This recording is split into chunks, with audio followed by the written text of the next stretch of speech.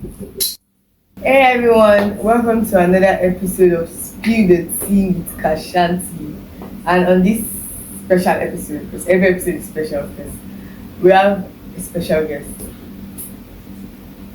Give it up for Precious Wilfred. Hi, interesting. Okay.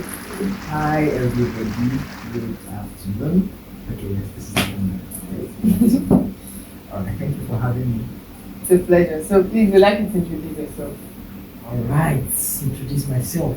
Okay, my name is Precious Wilfred, like you already know.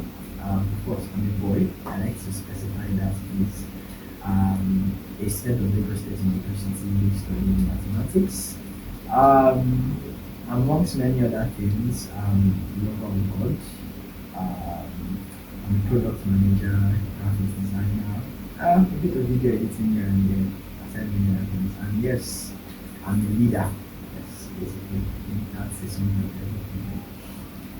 Okay, so today's topic is going to be habits, Mm. and it's going to be an interview and also an argument.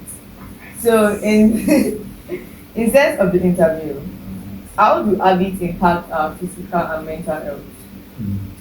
All right, how do habits impact physical and mental health? Yeah. Okay, so first off, I believe that everything, even aside habits, affect our physical and mental health because your physical and mental health, according to the things that happen with your physical and mental health, your day-to-day activities basically.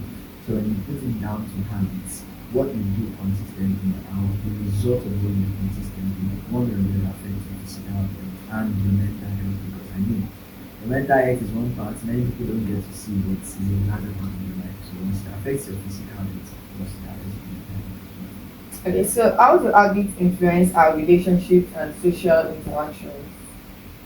Okay, affects your physical and social interactions. Yeah. All right.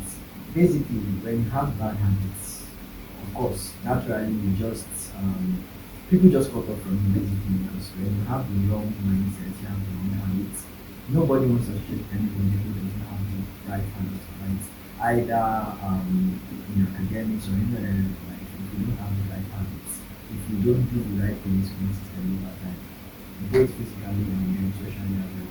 That's why you have people who always want to do it themselves, just to do, just to do. So that's the life of the habit. So it affects your relationship, it affects your friendships, and even with people who are willing to go ahead with you in life. Just with your habits can drive you into it. So, yeah. Can habits be used as a tool for personal growth and self-improvement? Can habits be used as a tool for personal growth and development? Yes, yes, because of course the word development itself tells you are doing something to get better. So if you put in the right habits for that development, then of course it affects the progress. And at the same time, if you don't put in the right habits, of course it also reduces your development. So So, what is the relationship between habits and willpower? relationship between habits and willpower. Alright. I think to answer that, I would want to give an example of the difference between your want and your need. Right? Your want is something you naturally just want, but when it comes to need, it's something that is essential for you. So what's the difference between your habits and your willpower? Your habit is something you know you should do, right? Or for the wrong side, your habit is something that you shouldn't do. But your willpower is something that your body or your system will just adjust it to naturally. Right? So there's that struggle between the habits and the willpower. So that's why when you get into new habits, it becomes a struggle because it's against your willpower. But there's a thin line, there's a way you can shift your willpower to now become your habits. And that's where consistency comes in. So as you keep up with something, it moves from just a struggle to something that now becomes a willpower. Now, the argument. Habits are conscious, but habits are unconscious. So, which side do you prefer? Habits are conscious and habits are unconscious. Okay, I think I would not go for either side. I would better say habits are first conscious before they become unconscious. Because take for example, when a child wants to start school, from the first moment, mommy, I don't want to go to school. It's a struggle, but they keep forcing you, forcing you. One day, maybe they want to get up from the bed and say, mommy, am I not going to school today? So there is that thing, and so as you keep up with it, it moves from you being conscious. So what I'm saying is you have to consciously engage with habits. Then as you keep doing it, then it gets unconscious. So you now do it naturally. So yeah. So do you feel that habits are fixed or habits are evolved? Okay. So I believe what you're asking is do you have to remain in one habit over time or you can change over Yes. time?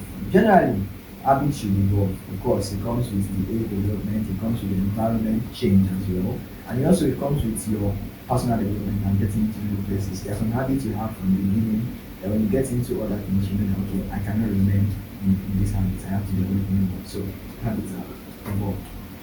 So some people argue that habits are individualistic Okay. and unique to each person, while others believe that habits are shaped by cultural and societal values. So where do you stand on this notion? All right. So I think I would say natural habits are individualistic. So what that means is there are some habits that are just based on your personality. All right. Some things just comes natural with you as a person, but then a larger part of your habits are actually influenced by your environment. Like they tell you, if you put someone, or think a better way, I'm a believer, so permit me to use this. When you stay in the company of prophets, you begin to prophesy. Alright, so there is the aspect of your environment and your cultural environment affecting your habits. It just comes natural. Like I said, the habits are first conscious before they become unconscious. Just by the things you see around you, you keep getting used to it to the point where it now even affects. So some of the things that you say is just me, it's not actually just you. It's just what you've seen over time that has now become natural.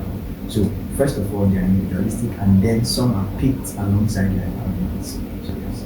Okay, now some see habits as providing sense of security and familiarity, while others view habits as limiting personal growth and flexibility. Meaning, is habit a source of comfort or a source of restraint? Okay, well, it depends on the kind of habits, alright? For example, if you have a habit of studying your book, I don't think that's a limiting factor, alright? And then if you have a habit of, let's say, seeing yourself as low or low self-esteem basically, then that's a wrong side of habit. So I think for that question, it has to depend on the kind of habits we're talking about. So if it's a wrong habit, then of course it's limiting you. Then if it's the right habit, of course, it's getting you better. Okay, so how do we correct those who are like in the form of like who practice bad habits? Okay, alright. How do you break bad habits and then form new habits? Alright, so there are so many things to this, but I'll just try and summarize. So first thing is, first of all, you must accept when it comes to bad habits that they are not things you cannot break off. Right? There is this mindset. I always tell people you can't be more than what you think you are. So if you limit yourself in your thinking, first of all, that's the first thing to change. You must know that this is something you can change of. And then, just like the word habits, there are things that you got into over time. So there are people who think that they can't get better or break bad habits because they've tried once or twice and then they've learned to achieve it. You don't expect something that took you a while to become should just break off immediately because you tried once or twice. I mean, when you go to the gym, when you take the first push, nobody needs to tell you that it's going to be heavy. But if you run away just because of that first day, then you're not ready. So as you keep going with it, just like school, when you read the book the first time, it's difficult, it's not making sense. Sometimes when you read it 5 times, it's still not making sense. There are some of us who don't even understand until the night before exam. Alright? So it just tells you that for building good habits and then stopping bad habits, consistency is very key. Right? Consistency is very key. And permit me to also mention the aspect of procrastination, right, in building habits, because there are many people who already have the mindset that okay, yes, I want to form new habits, but how do we draw the line between actually doing those things and then not procrastinating? So this is the idea. I'll give a scenario of what we usually do, especially as students. Alright, there are some of us who don't get to read our books until it's a night before the day of the exam. The strength you don't have all the weeks when you're attending your exam is coming, you suddenly have it a night before the exam. What changed? What changed is basically that the consequence of not doing that was staring at your face in the present time. So I mean, weeks before then, you know that, oh, I still have many weeks. So even though you know the exam time was coming, in your subconscious you still know that okay, there's still a bit more time. Yeah. But then a night before the exam, it suddenly does on you. If I procrastinate this night again, of course it's failure. So what that tells you, if there is a way you can bring the consequence of not doing that thing to your present time, it will help you not to procrastinate again. So yeah, I think I'll stop there. So habits are a means to end versus habits are an end in themselves. Okay. Alright, I think I understand that question. Habits are a means to an end, and then it themselves, yeah, a mean or an end in itself. Okay, so I think it depends on what we're talking about in habits. Alright, some habits are a means to an end. For example, alright, take for example, I want to get better at my work record, or let's even just use a generic way. I want to get better in school. Alright, so what are the habits I need to pick up? I need to pick up the habit of reading every day. I need to pick up the habit of studying with friends, learning new things every day. Of course, learning new things every day is not something that is big, but you have to do it to get the end product, which is the good results you plan to achieve. So in that case, habits is a means to an end. But for example, habits is an end in itself. Take for example, sleeping. Alright, sleeping early. That's an end in itself. You have to sleep early. You're not doing it so that somebody can give you an award tomorrow. You have to sleep early. So that in itself is an end in itself. So yeah, I think both sides works. Okay, so I have one last question for you. Right. Habits are a reflection of our values versus habits are a result of our circumstances. Okay. Habits are a result of our values, and then habits are a result of our circumstances. I think I would say both. Yes, because there is a way your circumstances can make you develop habits. Alright, and then I think I would say that we have to find a way to change our values from, our habits from the circumstances to our values. For example, if your circumstances around you are telling you can't be great, or you can't be good, you can't get better than what you are currently, that's your circumstances forming your habits. Alright, you begin to take steps that you know are as a result of what is happening around you now.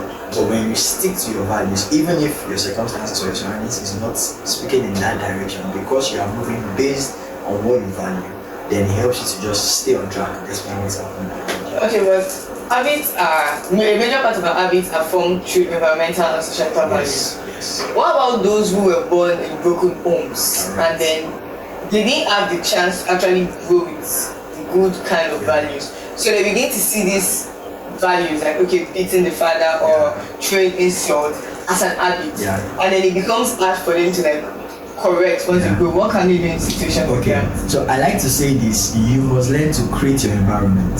Alright, everybody will not get to find themselves in the right environment. That's just naturally true. So in the midst of your own environment, you should learn to create your environment. And good enough, social media, having to network with many other persons across the world has made the world a small world in quotes.